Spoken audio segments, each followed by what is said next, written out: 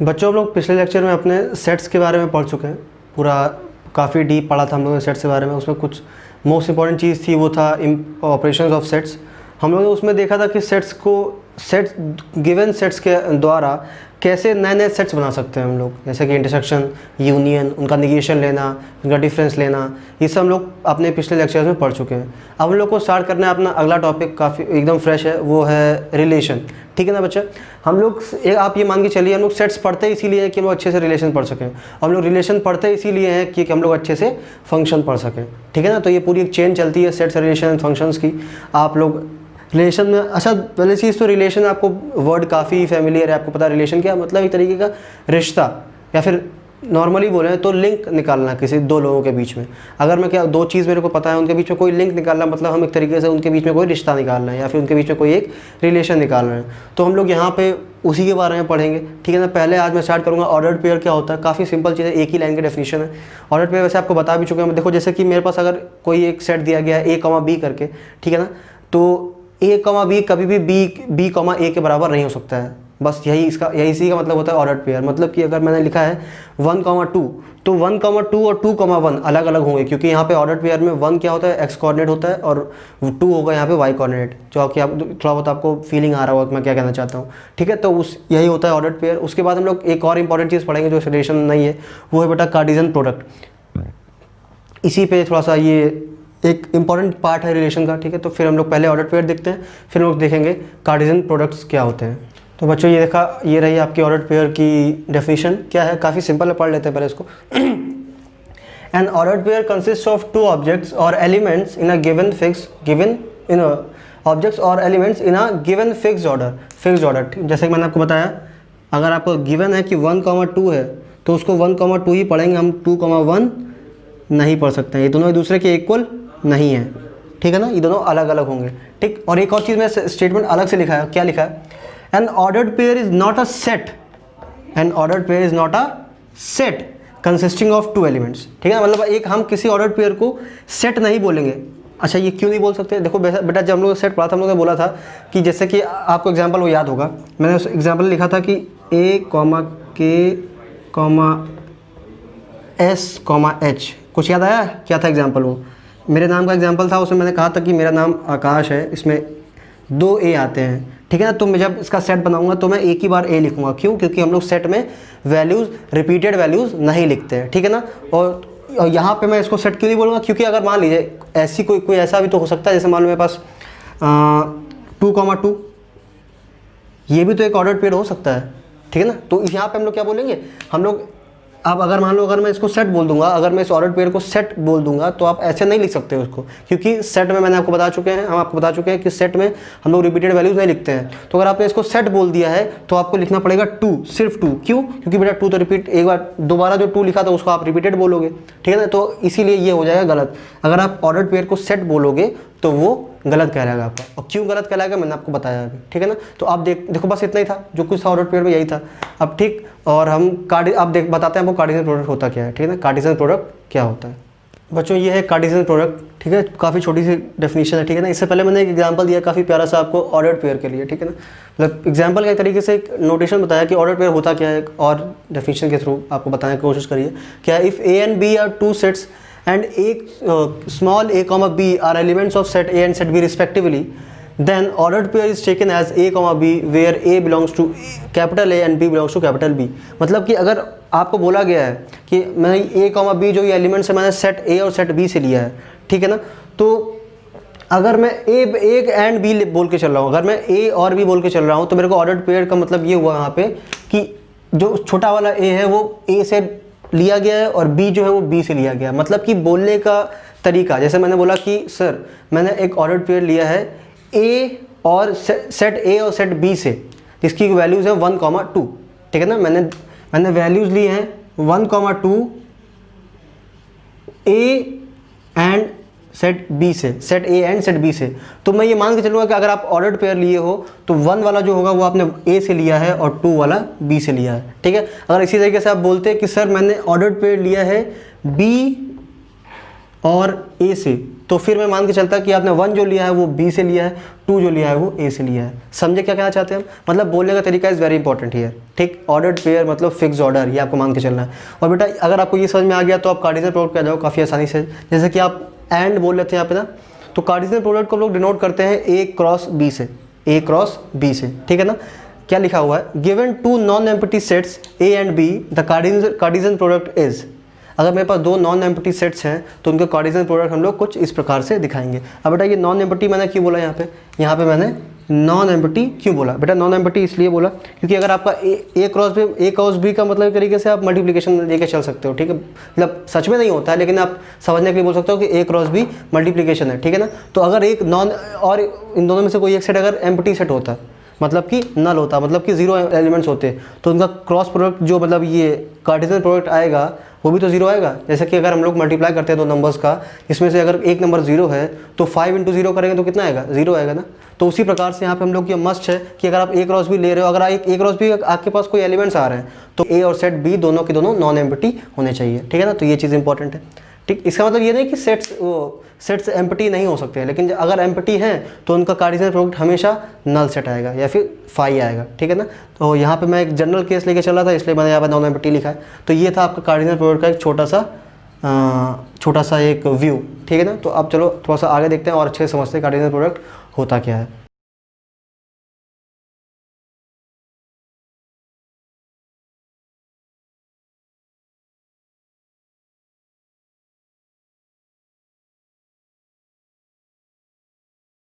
अब जैसे कि अगर मैं दो सेट्स लूँ ए कॉमा बी, दो सेट्स लिए ए और बी, ठीक है ना, और इनके बीच में अगर हमको कार्डिनल प्रोडक्ट्स चाहिए या कार्डिनल प्रोडक्ट चाहिए अगर, तो कैसे निकालेंगे हम लोग? देखो काफ़ी सिंपल है।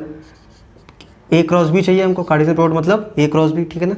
तो अब जैसे कि नॉर्मल करते हुए ना अभी तक आपने जैसे मल्टीप्लिकेशन करा है बिल्कुल वैसे ही करना पड़ेगा। देखो हाँ मैं बार मल्टीप्लाई बोल रहा हूँ तो इसका मतलब ये नहीं है कि कार्डिनल प्रोडक्ट मल्टीप्लिकेशन होता है दो सेट्स का, वो काफ़ी डिफरेंट चीज़ है, ठीक है। लेकिन वो हल्का फुल्का मिलता ज़रूर है उससे, तो हम लोग समझने के लिए वो बोल देते हैं, ठीक है ना। तो आप लोग ये मत समझना कि कार्डिनल प्रोडक्ट मल्टीप्लिकेशन होता है दो सेट्स का, ये बिल्कुल भी नहीं होता है, ठीक है ना। तो हाँ देखो अगर मैं तो 1,2 क्रॉस 1, 2, 3, ठीक है ना। अगर हमको कार्डिनल प्रोडक्ट्स चाहिए, ठीक है ना, तो ए क्रॉस बी क्या होता है उसमें इनके सबका मल्टीप्लाई करके आता है। कैसे? जैसे आप इसका उठाइए, एक एलिमेंट उठाया आपने, इस एलिमेंट का मल्टीप्लाई आपने पूरे ब्रैकेट में कर दिया, ठीक है। फिर आपने इस एलिमेंट को उठाया, इस एलिमेंट को उठा के आपने इसका मल्टीप्लाई पूरे ब्रैकेट में कर दिया। जैसे कि आप दो ब्रैकेट्स का मल्टीप्लाई करते हो नॉर्मली ना, बिल्कुल वैसे ही करना है। तो कैसे आएगा यहाँ पे? तो यहाँ पे आ जाएगा 1,1 एक आ जाएगा, ठीक, एक 1,1 और 1,2, ठीक, फिर 1,3, ठीक है ना। अब 1 वाले खत्म हो गए, अब 2 से मल्टीप्लाई करेंगे, 2,1, अगला है 2,2, ठीक, और फिर अगला है 2,3, ठीक है ना। तो ये ए क्रॉस बी के प्रोडक्ट्स आए, ठीक है। मेरे पास ये इनको मिला के एक सेट बना, ये है ये है कार्डिनल प्रोडक्ट, ठीक है ना, किसका? सेट ए और सेट बी का। तो बेटा अब यहाँ पे आपको दिख रहा होगा 1,2 भी लिखा है और 2,1 भी लिखा है, लेकिन ये दोनों अलग अलग हैं क्योंकि यहाँ पे ऑर्डर मैटर करता है, ठीक है ना। हेयर ऑर्डर मैटर्स, ओके, याद रखना हमेशा कि मैंने आपको बताया था अभी ऑर्डर्ड पेयर। यहाँ पे सारे ये जो भी बन रहे हैं ना, आप ये मान के चलो क्रॉस प्रोडक्ट से या फिर कार्डिनल प्रोडक्ट से जो कुछ मिलने वाला है हमको, वो सारे ऑर्डर्ड पेयर होंगे। 1,2 और 2,1 अलग अलग होते हैं, ठीक है ना। जैसे कि अगर मैं आपसे बोलूँ कि मेरे पास दो ऑर्डर्ड पेयर हैं 2,3 और इक्वल्स टू यहाँ पे x,3 ऐसे करके लिख दूँ, ठीक है। अगर आपसे मैं ऐसा बोलूँ कुछ, ठीक है, तो आप बता सकते हो कि यहाँ पे x क्या होगा?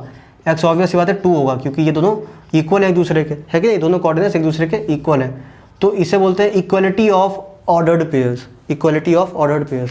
तो इसी ऐसे ही कुछ क्वेश्चन मिल के आते हैं, जैसे कि मान लीजिए आपके पास लिखा होता है x + 3, 6, ठीक है ना। और दूसरा सेट है दूसरा सेट क्या है? 2,3। ऐसे मान के चलो, और आपको दिया गया है कि दोनों एक दूसरे के इक्वल है, तो ऑब्वियस सी बात है ये वाला इसके इक्वल होगा और ये वाला इसके इक्वल होगा, ठीक है ना। आप ये नहीं बोल सकते हो कि x + 3 3 के इक्वल हो जाएगा, क्योंकि यहाँ पे क्या, फिर से मैं बता रहा हूँ आपको, यहाँ पे ऑर्डर मैटर करता है, ठीक है ना। तो ये चीज़ काफ़ी सिंपल चीज़ें हैं, लेकिन यहाँ पर कभी कभी लापरवाही की वजह से गलत हो जाता है कभी कभी, ठीक है ना। वैसे मैं ये नहीं बोल रहा हूँ कि आप लोग लापरवाह हो, लेकिन ज़्यादातर गलतियाँ होती हैं ऐसे, ठीक है ना। तो ये था एक कार्डिनल प्रोडक्ट कैसे निकलता है वैसे लिखने का तरीका। अब मैं कुछ क्वेश्चन देखूंगा आपको, ठीक है, दिखाने वाला हूँ कैसे कैसे करना है, क्या करना है। और अब इन सब उन क्वेश्चन जो जो समझोगे आप, उसमें कुछ रिमार्क्स निकलेंगे, वो मैं लिखाऊंगा, ठीक है ना। तो चलिए देखते हैं वो रिमार्क्स क्या क्या है।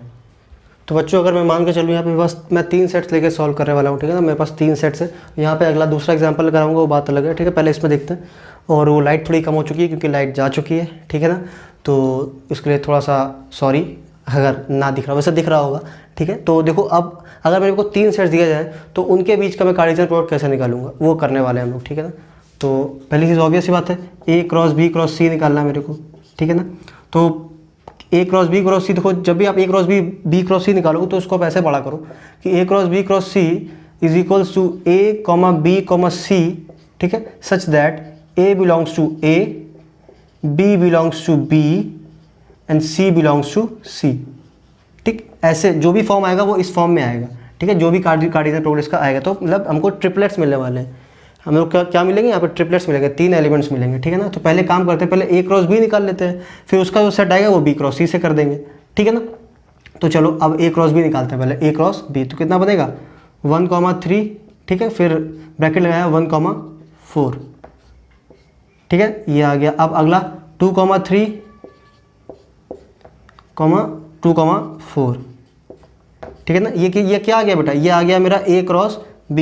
अब इस A क्रॉस B को मैं C से मल्टीप्लाई कर दूंगा, मेरे पास फिर क्या आ जाएगा, मेरे पास A cross B cross C तीनों का तीनों एलिमेंट्स आ जाएंगे मेरे पास, ठीक है ना। तो यहाँ पे C की जगह पे यहाँ पे लिख देते हैं, क्या आ जाएगा 4,5। अब बेटा मेरे को यहाँ पे ट्रिपलेट्स मिलने वाले हैं, ठीक है ना। 2 तो मेरे पास पहले से थे और तीसरा यहाँ से ऐड हो जाएगा, तो क्या बन जाएगा, वो ट्रिपलेट बन जाएगा, तो ठीक है, क्योंकि 3 सेट्स मतलब ट्रिपलेट, ठीक है ना।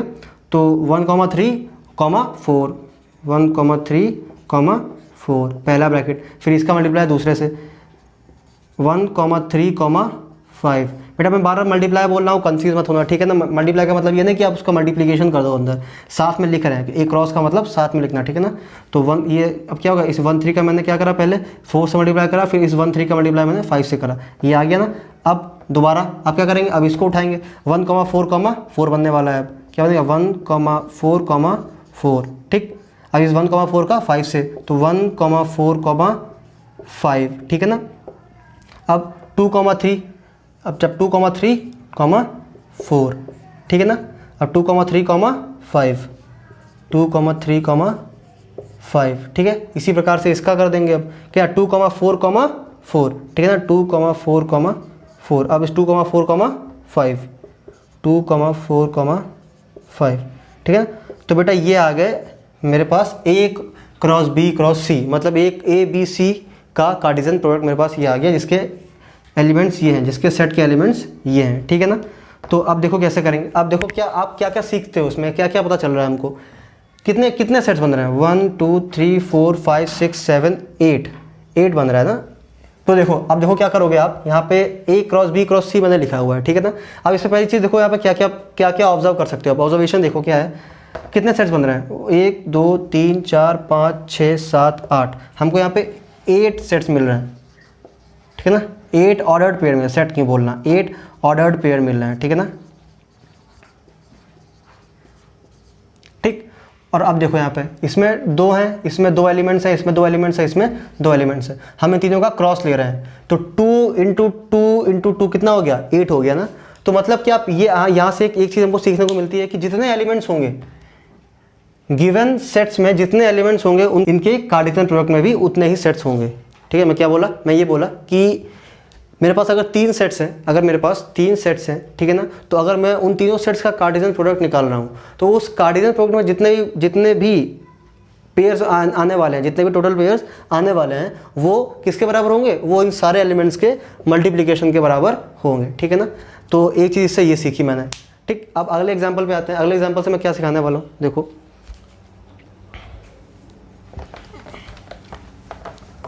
अगर मैं अगले एग्जांपल पे आता हूँ, देखो आपको दिख रहा होगा सेट A जो है वो मेरा इन्फिनाइट जा रहा है, ठीक है ना, 1 2 3 4 5 ऐसे करके चला जाएगा, और बी मेरा 2 3 है। तो अगर मैं इसका क्रॉस प्रोडक्ट निकालूंगा, मतलब कार्टेशियन प्रोडक्ट निकालूंगा, तो कैसे आएगा, पहले 1 का मल्टीप्लाई 2 और 3 से करूँगा, मतलब 1 2 ब्रैकेट 1 3, ठीक है ना।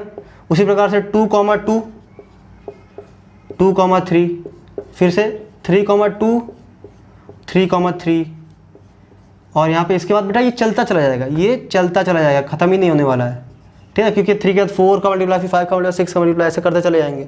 तो इसका मतलब ये हुआ कि अगर दो सेट्स में से कोई एक सेट भी इन्फिनाइट सेट है, अगर दो सेट जो गिवन सेट है हमारे, उनमें से कोई एक सेट मेरा इन्फिनाइट है, तो उसका जो कार्टेशियन प्रोडक्ट आएगा बेटा वो भी इन्फिनाइट होगा। उसी प्रकार से अगर दो सेट्स में से कोई एक नल सेट है, तो फिर मेरा जो कार्टेशियन प्रोडक्ट आएगा वो भी नल सेट आने वाला है। समझ रहे हो ना, ये कुछ आप अगर थोड़ा सा लिंक करना चाहो तो आप मल्टीप्लिकेशन से कर सकते हो, ठीक है ना, कि अगर जहाँ पे 0 होता है तो मैं 0 से 0 आता है हमारा जो मल्टीप्लिकेशन होता है, या फिर अगर कोई नंबर इन्फिनिटी होता है तो मल्टीप्लिकेशन भी इन्फिनिटी आता है, ठीक है। तो आप लिंक कर सकते हो, लेकिन आप ये बोल नहीं सकते हो कि बिल्कुल सेम डिट्टो वही होता है, ठीक है ना। तो इससे मैंने सीखा कि अगर दोनों में से कोई, दो सेट्स में से कोई एक सेट भी अगर मेरा इन्फिनाइट है, तो इनका प्रोडक्ट भी या फिर इनका कार्टेशियन प्रोडक्ट भी इन्फिनाइट होगा। तो अब देखो मैं कुछ पॉइंट्स लिखूंगा, 2-3 पॉइंट्स जो भी हमने अभी देखे वो पॉइंट्स लिखते हैं क्या क्या थे वो, ठीक है ना। देखो बेटा ये कुछ पॉइंट्स है जो मैंने अभी तक पढ़ाया है, उसमें से उसका एक समरी मान सकते हैं, जो भी आपने पढ़ा है अभी तक उसका समरी, इतना निचोड़ एक तरीके से बोला जाए। आप ये पॉइंट्स अगर आपको पता है तो मतलब जो भी मैंने पढ़ा है वो आप अच्छे से समझ गए हो, ठीक है ना। तो क्या है, पहला पॉइंट है मेरा, two ordered pair are equal if, ordered pairs होना चाहिए यार, two ordered pairs are equal if and only if.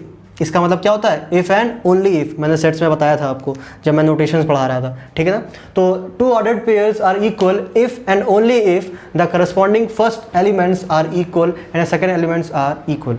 मतलब अगर मैंने आपको जैसे अभी एग्जांपल दिया कि अगर मेरे को बताया गया है कि a comma b is equals to p comma q है, ठीक है ना, तो बेटा वो तभी होगा जब इसके एलिमेंट्स 2 3 हो, इसके एलिमेंट्स 2 3 हो, ठीक है ना। एग्जैक्ट वही सेम टू सेम चाहिए मेरे को, ठीक। तो ये था पहला एलिमेंट।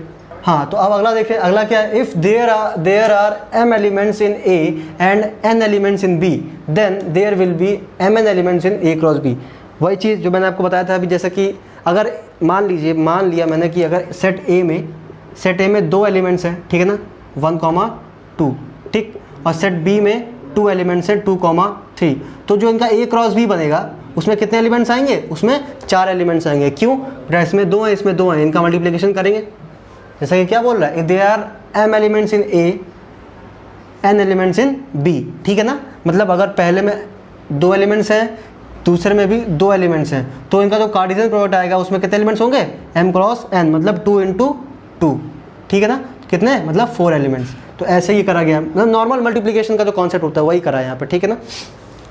अब आते हैं अगले पे, if any one set is infinite और null in the given sets then their cartesian product will also be infinite और नल रिस्पेक्टिवली। वही दोबारा ये मैं अभी आपको बताया था कि अगर दो सेट्स में से कोई एक सेट इन्फिनाइट या फिर नल है, तो उनका जो कार्टेशियन प्रोडक्ट आएगा वो भी इन्फिनाइट या फिर नल होने वाला है, ठीक है ना। अगला क्या है, a क्रॉस a। अगर आप एक ही सेट को उसी से मल्टीप्लाई करके उसका कार्टेशियन प्रोडक्ट निकाल रहे हो, मतलब एक ही सेट का जो आपको एक ही सेट दिया गया है उसी का यूज़ करके आपको कार्टेशियन प्रोडक्ट निकालना है, तो आप कैसे करोगे, उसी का 3 बार मल्टीप्लाई कर दिया आपने उसी का, ठीक है ना। तो इसको शो कैसे कराता है, इसको शो कराया जाता है बेटा, a cross a is equals to ABC such that ABC belongs to a, ठीक है ना, ABC बिलोंग्स टू a, ठीक। Here a, b, c is called an ordered triplet। ये क्या है, एक ordered triplet। तो बच्चा अभी तक हम लोग ने यही सब पढ़ा, सिर्फ इतना ही पढ़ा था, ठीक है ना। कुछ बेसिक क्वेश्चंस हैं वो देख लेते हैं, फिर हम लोग लेक्चर को खत्म करते हैं, ठीक है ना। तो चलो कुछ क्वेश्चंस क्या क्या है वो पहले देख लेते हैं हम लोग। तो बच्चे पहले ये देखो, काफ़ी सिंपल क्वेश्चन है, इनको सॉल्व करते हैं फिर बढ़ते हैं हम लोग आगे, ठीक है ना। पहला क्वेश्चन है बेटा, if x + 1, y - 2 is equal to 3, 1 then find the value of x and y। काफ़ी सिंपल, मैं इतनी देर से आपको ऑर्डर्ड पेयर में इसी का एग्जांपल देता जा रहा हूँ, ऐसे क्वेश्चन का एग्जांपल दिया था। तो ये बेटा जब इक्वल दिया गया तो ऑब्वियस सी बात है, इसका मतलब ये वाला जो टर्म है वो इसके इक्वल है और जो ये वाला टर्म है वो इसके इक्वल है, ठीक है ना, क्योंकि ऑर्डर्ड पेयर का मतलब ही यही होता है कि नहीं। तो काफ़ी सिंपल, हम लोग यहाँ से x और y की वैल्यू निकाल सकते हैं। क्यों, कि हम लोग x + 1 को 3 के इक्वल कर देंगे और y - 2 को हम लोग 1 के इक्वल कर देंगे। तो यहाँ से मेरे पास x की वैल्यू आने वाली है 2 और y की वैल्यू यहाँ पे आने वाली है 3। काफ़ी सिंपल सवाल, 2 लाइनों वाला, ठीक। ऑर्डर पेयर का एग्जांपल था काफ़ी छोटा सा बस और कुछ नहीं। टी पे आते हैं, यहाँ पे क्या दिया P A comma B comma C दिया गया एक सेट हमको, और दूसरा सेट दिया गया क्यू आर जिसमें एक एलिमेंट है सिर्फ, क्या नाम है वो है आर। वो बोलना हमको बोला क्या है, form the sets P cross Q and Q cross P and are these products are equal. मेरे को पी क्रॉस क्यू निकालना है, क्यू क्रॉस पी निकालना है, ठीक है, और हमको बताना है कि क्या ये दोनों सेट्स इक्वल हैं या नहीं, ठीक है ना। तो निकालते हैं फिर पता कर लेते हैं। तो P cross Q is equals हो जाएगा A comma R B comma R and C comma R, ठीक, ये आ गया। अब Q क्रॉस P निकालते हैं, R comma A R comma B R comma C। अब वो किसी एंगल से भी इक्वल तो नहीं दिख रहे हैं ये लोग, है कि नहीं। R comma A is totally different from A comma R। क्यों बेटा, क्योंकि हम लोग यहाँ पे ऑर्डर्ड पेयर की बात कर रहे हैं, ठीक है ना। तो ये दोनों इक्वल तो बिल्कुल नहीं होने वाले हैं। तो यहाँ से मेरे को पता चलता है क्या कि P cross Q is not equal to Q cross P, ठीक है। लेकिन आप देख सकते हो दोनों में एलिमेंट सेम टू सेम ही है, 3 और 3, ठीक है ना। तो number of elements can be same but the actual value can not be same and never be same, okay ना। तो ये लोग कभी भी एक दूसरे के इक्वल नहीं होंगे। तो आप चाहो तो ये पॉइंट नोट कर लो, ठीक। तो काफ़ी सिंपल क्वेश्चन थे ये, काफ़ी ज़्यादा सिंपल क्वेश्चन, मतलब दो एक तरीके से आपके ई मैंने एनसीईआरटी से ही उठाए हैं, ठीक है ना। तो देखो बच्चों, आपको लग रहा होगा कि काफ़ी सिंपल चल रहा है, बहुत ही ज़्यादा आसान चल रहा है, बोरिंग लग रहा है। तो बेटा रिलेशन जो आपका 11th में वो बोरिंग ही है, ठीक, सच में बोरिंग है, मेरे को भी लगता है बोरिंग, ठीक है ना। जो भी आप ये मांगे चलो, जो भी असली फंक्शन जो आप पढ़ते हो, फंक्शन रिलेशन जो भी पढ़ते हो आप, वो सब आप असली वाला 12th में ही पढ़ते हो, ठीक। तो आज का लेक्चर मैं ख़त्म करता हूँ यहीं पे। काफ़ी सिंपल से और बेकार से क्वेश्चन है ये, जो क्वेश्चन भी नहीं लगेंगे मेरे को, तो ये तो फालतू का लगा मेरे को कि ये क्वेश्चन ही नहीं दिख रहे हैं। आपको भी लगा होगा कि क्या क्वेश्चन कराए हो सर आप, ठीक है ना। लेकिन आपका पहला जो स्टार्टिंग है मैथ्स की बुक में या फिर एनसीईआरटी में या फिर किसी भी मैथ्स की बुक में, शुरुआत यहीं से होती है 11th के रिलेशन में, ठीक है ना। आपको खाली हल्का सा फील दिया जाता है 11th में, आपको रिलेशन का होता क्या है आपको फील दिया जाता है, ठीक है ना। एक काफ़ी प्रसिद्ध लाइन होती है रिलेशन फंक्शन को पढ़ने के लिए कि every function is a relation but every relation can never be a function, ठीक है ना। तो ये होता है इसी लाइन, मतलब एक तरीके से आप ये बोल सकते हो, मतलब ये कहावत सी है कि आप 11th में बस यही लाइन पढ़ते हो, बस और कुछ नहीं पढ़ते हो, बाकी जो भी पढ़ना है आपको वो 12th में ही पढ़ना है, ठीक। तो टेंशन मत लो, इसको जल्दी खत्म करेंगे हम लोग, जो भी है थोड़ा बहुत जो भी इंट्रो आपको बताया गया, फिर लोग बढ़ेंगे अपने अगले टॉपिक पे जिसका नाम है ट्रिग्नोमेट्री, ठीक है ना। ट्रिग्नोमेट्री काफ़ी इंटरेस्टिंग चीज़ है, आपको पढ़ना ही मज़ा आएगा। आप बोलोगे सर फंक्शन भी मैं थोड़ा सा इसमें इंट्रो दे दूँगा, लेकिन वो अब मैं मेरी मानो तो आप 12th में पढ़ना, क्योंकि उसमें और अच्छे से बाकायदा ब्रीफ छोटे से लेकर के बड़े तक बढ़ते हैं लोग, डीप घुसते हैं उसमें। और 12th में पढ़ना ज़्यादा आसान होता है, 12th में पढ़ना अच्छा भी होता है एक तरीके से, क्योंकि आप उसका अच्छे से मेमोराइज़ कर सकते हो, ठीक है ना। क्योंकि वो जो भी आप दोगे 12th के बाद ही देने वाले हो, ठीक। जो भी कॉम्पिटिटिव एग्जाम्स दोगे आप, कोई सा भी कैसा भी एग्जाम्पल हो, वो को एग्जाम्पल ले लो मैं जेई या फिर कोई सा भी, ठीक है ना। तो उसमें आप फंक्शन आएगा तो आप अच्छी बात है कि आप 12th में पढ़ो, एक साथ पढ़ो, पूरा अच्छे से पढ़ो, ठीक है ना। तो आज के लिए सिर्फ इतना ही, tata bye bye, see you, मिलते हैं आपको अगले लेक्चर में नए टॉपिक की शुरुआत के साथ, बाय।